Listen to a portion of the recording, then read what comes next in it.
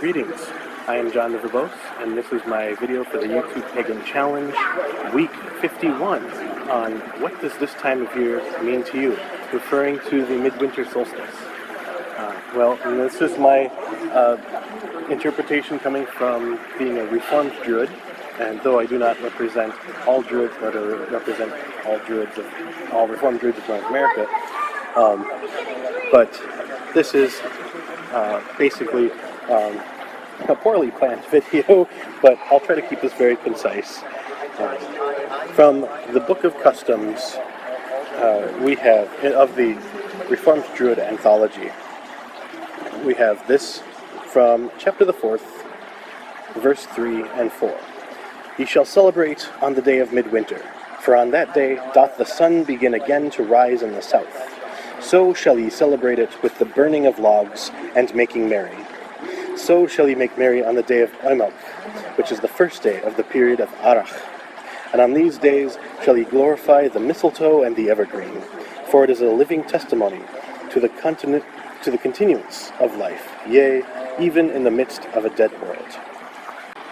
From the Book of Incantations, chapter the 6th, the Midwinter Chant.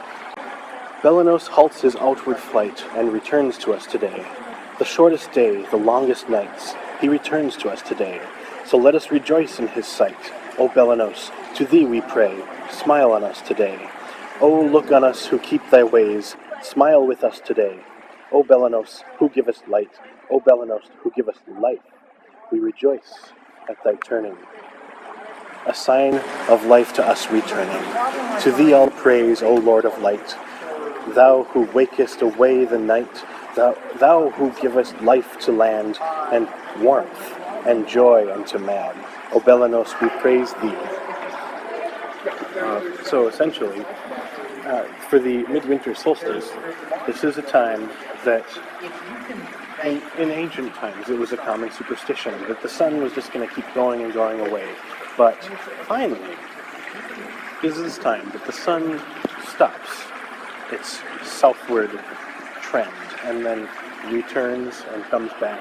And so I like to honor that superstition by kindling my own fire, usually using a flint and steel. And I'll do that at the moment of sunset. And I'll try to strike a spark. And for me, if I can get that spark to light and smolder and grow into a flame between the time that the sun begins to set and by the time the sun has completed setting, if I can get a fire started by then that is a good omen for the year to come. And of course, if I don't get it done by then it's a bad omen. And then here today I'm with my grove, and thank you, Ross, for holding the camera.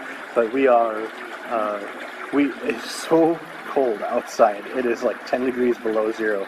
But it's customary that we have a ritual outdoors all the time. But we're actually going to improvise because it's dangerously cold outside. So we decided to have an outing at the St. Paul Conservatory. So it's very warm and very humid and very green.